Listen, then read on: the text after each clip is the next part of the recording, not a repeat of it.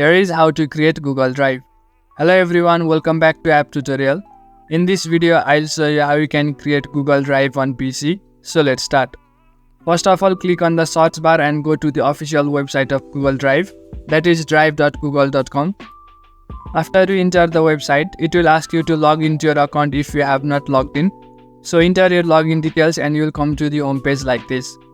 Now in order to create Google Drive on PC, click on this new option that you can see on the screen. Then after you will get a menu option like this. You can either create a new folder, upload a file or upload a folder as a whole. So select the option that best suits your purpose.